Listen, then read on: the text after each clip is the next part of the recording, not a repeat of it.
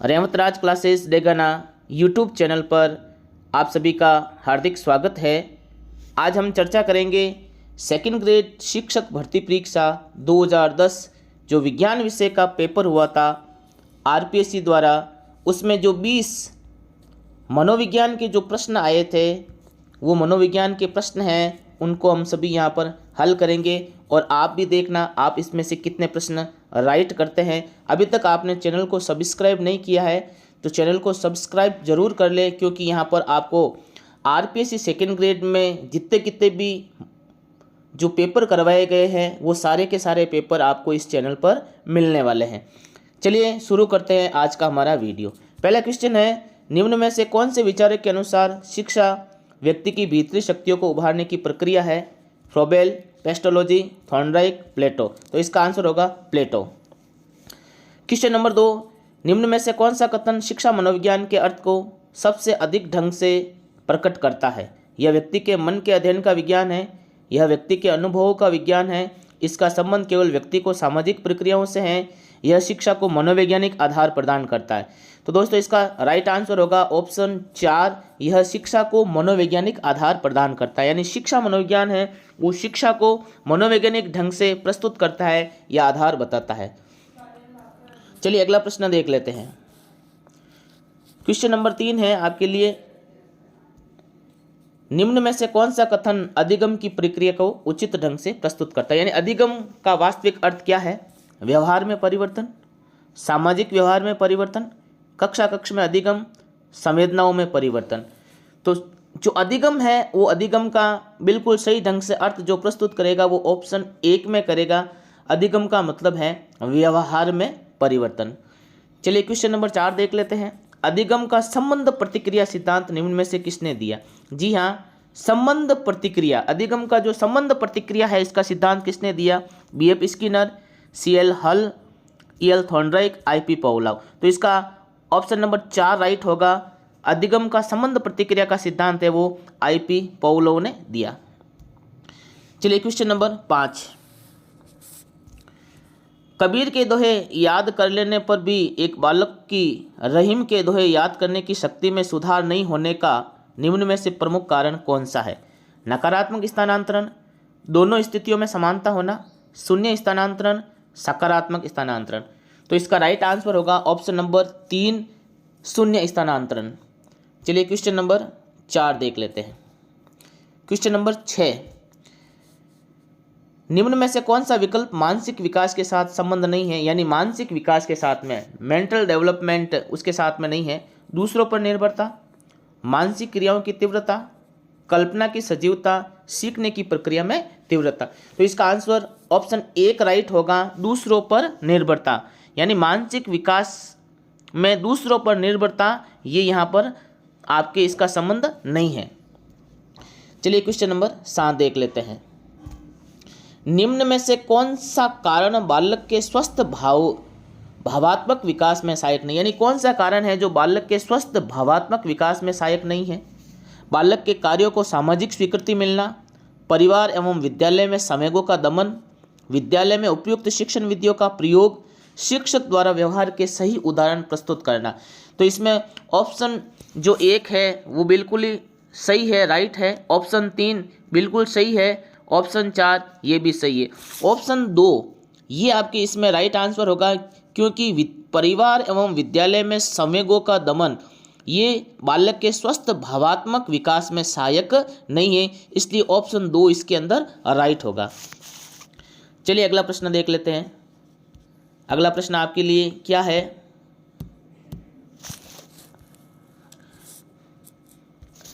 Ericsson द्वारा व्यक्तित्व विकास के सिद्धांत में दिए गए मनोसामाजिक विकास के स्तरों में उनसे कुछ द्वंद्व दिए गए हैं, साथ में उन सही द्वंद्वों का अपन को देखना है कि इसमें से कौन सा गलत है। जन्म से 1 वर्ष तक विश्वास बनाम अविश्वास, 4 से 5 वर्ष तक सतृष्टा बनाम नैराश्य, 6 से 11 वर्ष तक परिश्रम बनाम हीनता, 12 से 18 वर्ष तक अभिज्ञान बनाम भूमिका। तो इसमें ऑप्शन जो 2 है वो आपके राइट आंसर होगा। 4 से 5 वर्ष तक सतृष्टा बनाम नैराश्य ये विकल्प है ये आपके गलत है। बाकी 1, 3 और 4 ये राइट है। चलिए क्वेश्चन नंबर 9 देख लेते हैं। व्यक्तित्व मापन की वस्तुनिष्ठ विधियों में कौन सी विधि नहीं मानी जाती, यानी व्यक्तित्व मापन की जो वस्तुनिष्ठ विधियां हैं उसमें से इसमें कौन सी विधि नहीं है। नियंत्रित निरीक्षण, रेखाचित्र द्वारा प्रदर्शनी मापनी, व्यक्तित्व के संकेत के रूप में शारीरिक परिवर्तन, अभिज्ञापक प्रश्नावली। ऑप्शन 4 इसमें राइट होगा। अभिज्ञापक प्रश्नावली है वो व्यक्तित्व मापन की वस्तुनिष्ठ विधियों में नहीं है। क्वेश्चन संख्या 10 देख लेते हैं। एक छोटे कद की लड़की ऊंची एड़ी के जूते पहनकर लंबा दिखना चाहती है, उसने निम्न में से किस रक्षा युक्ति का प्रयोग किया है। क्षतिपूर्ति, औचित्य स्थापन, दमन, उत्क्रमण रचना। तो इसके अंदर आपके 1 नंबर राइट आंसर होगा क्षतिपूर्ति। जी हाँ, उसने लंबा दिखने के लिए ऊंची एड़ी के सैंडल पहने हैं, तो इसका मतलब है वो अपनी जो लंबाई है, कम लंबाई है, उसकी पूर्ति करना चाहती है। क्वेश्चन नंबर 11 देख लीजिए। निम्न में से किसने बुद्धि का बहुखंड सिद्धांत दिया। जी हाँ, बहुत ही प्रश्न है, वेरी इंपॉर्टेंट क्वेश्चन है। निम्न में से किसने बुद्धि का बहुखंड सिद्धांत प्रतिपादित किया। बीने, स्पीयरमैन, थर्स्टन, थॉर्नडाइक। जी हाँ, बुद्धि का जो बहुखंड सिद्धांत है वो थॉर्नडाइक ने दिया। जी हाँ, याद रखना। चलिए क्वेश्चन नंबर 12। सृजनात्मकता की पहचान के लिए गिलफोर्ड ने जिन परीक्षणों का निर्माण किया उनके द्वारा वह सृजनात्मकता के विभिन्न गुणों को मापन करते थे। निम्न में से कौन सा विकल्प केवल उन गुणों को अंकित करता है। ऑप्शन 1 पूर्व चेतना, समानता, सर्वेक्षण, सूझ। ऑप्शन 2 विस्तार, समानता, सूझ, निरंतरता।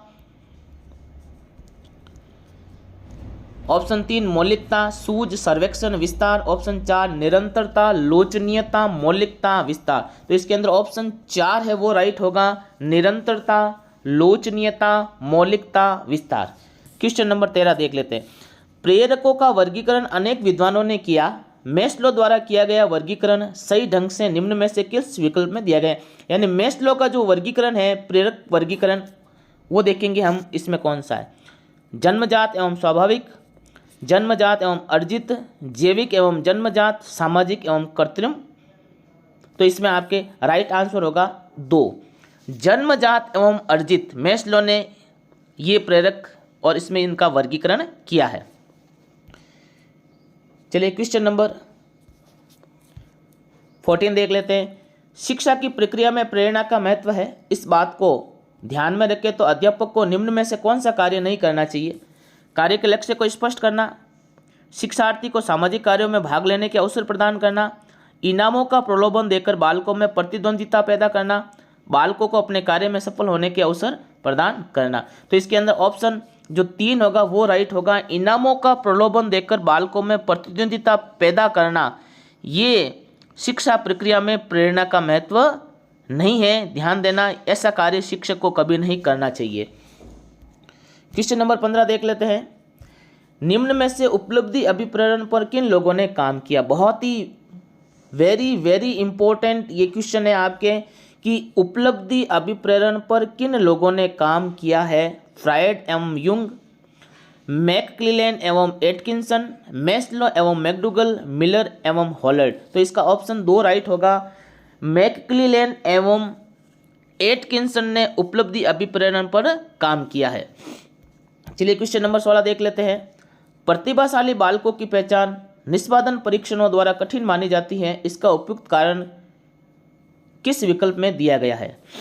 निष्पादन मापन से पढ़ाई में पिछड़े हुए प्रतिभाशाली बालक को नहीं पहचान सकते। बुद्धिलब्धि और निष्पादन में कोई संबंध नहीं है। निष्पादन मापन बहुत कठिन है। बुद्धि मापन की विश्वसनीयता निष्पादन मापन से अधिक है। तो इसका ऑप्शन 1 है वो राइट होगा, निष्पादन मापन से पढ़ाई में पिछड़े हुए प्रतिभाशाली बालकों को नहीं पहचान सकते हैं। दोस्तों, अभी तक आपने चैनल को सब्सक्राइब नहीं किया है तो प्लीज़ लाल बटन दबाकर चैनल को जरूर सब्सक्राइब करें।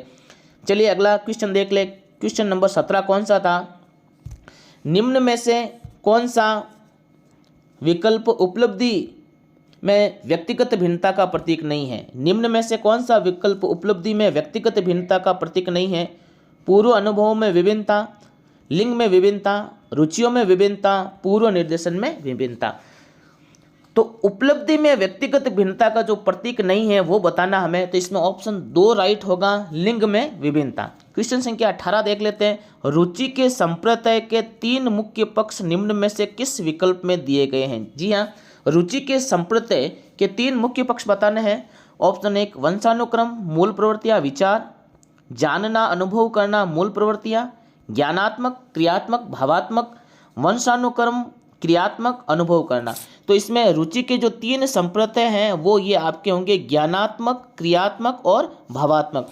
ऑप्शन 3 इसके अंदर राइट होगा। चलिए क्वेश्चन संख्या 19, रुझान एवं मनोवृत्ति के संबंध में निम्न में से कौन सा कथन सही नहीं है। जी हाँ, रुझान एवं मनोवृत्ति के संबंध में मनोवृत्ति वंशानुक्रम से प्रभावित नहीं होती, दोनों वातावरण से प्रभावित होते हैं, दोनों के बनने पर अकस्मात या तत्कालीन विशेष अनुभव प्रभाव डालते हैं, अध्यापक दोनों के विकास में सहायक हो सकते हैं। तो रुझान एवं मनोवृत्ति के संबंध में कौन सा कथन सही नहीं है, तो ऑप्शन 1 राइट होगा, मनोवृत्ति वंशानुक्रम से प्रभावित नहीं होती है। जी हाँ, मनोवृत्ति वंशानुक्रम से प्रभावित होती है, यहाँ पे इसने नई शब्द दिया है, इसलिए ऑप्शन 1 राइट होगा। क्वेश्चन नंबर 20 देख लेते हैं। आत्म संप्रत्यय के संबंध में निम्न में से कौन सा कथन सही नहीं है। परिपक्वता एवं आत्म संप्रत्यय में कोई संबंध नहीं है, व्यक्ति अपने आत्म संप्रत्यय के अनुसार ही संसार के अंदर प्रतिक्रिया करता है, योग्यता के संबंध में यदि आत्म संप्रत्यय ऊंचा हो तो योग्यता भी ऊंची होती है, आकांक्षा का स्तर वास्तविक होने का प्रभाव आत्म संप्रत्यय के विकास पर धनात्मक होता है। तो इसमें परिपक्वता एवं आत्म संप्रत्यय में कोई संबंध नहीं है, ये आपके बिल्कुल राइट आंसर होगा ऑप्शन 1 नंबर, क्योंकि परिपक्वता एवं आत्म संप्रत्यय में संबंध होता है। यहाँ पर इसने दिया कि कोई संबंध नहीं है, ये आपके ऑप्शन है वो गलत है, ऑप्शन 1 राइट होगा। दोस्तों अभी तक चैनल को सब्सक्राइब नहीं किया तो रेवतराज क्लासेस देखना यूट्यूब चैनल को जरूर सब्सक्राइब करें, साथ ही अपने फ्रेंड्स को वीडियो है ये शेयर करें, क्योंकि आरपीएससी एग्जाम में रिपीटेड क्वेश्चन आते हैं। आप विश्वास कीजिए, अगर आपको इस चैनल पर 2010 से लेकर आज तक जितने भी आरपीएससी सेकंड ग्रेड के जो पेपर हुए हैं वो आपको सारे के सारे इस चैनल पर मिलेंगे। Best of luck.